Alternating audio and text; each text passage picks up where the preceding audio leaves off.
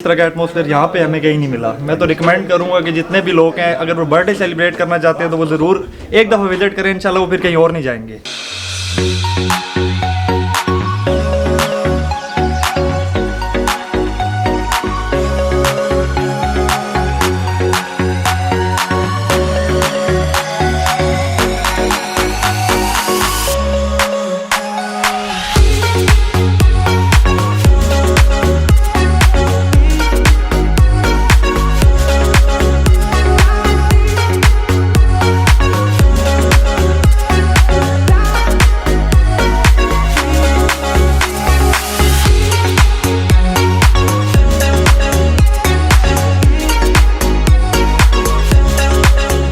Sir आपने TKR restaurant में अपनी बर्थडे सेलिब्रेशन की है, बहुत शुक्रिया आपको। हमारा सेटअप, सर्विसेज, फूड वगैरह कैसा लगा? ये बहुत ज़बरदस्त, यहाँ का खासतौर पे जो एटमॉस्फेयर है बहुत अच्छा है और आप लोगों ने ये स्पेशल हॉल जो बर्थडे के लिए बनाया है बहुत ज़बरदस्त है।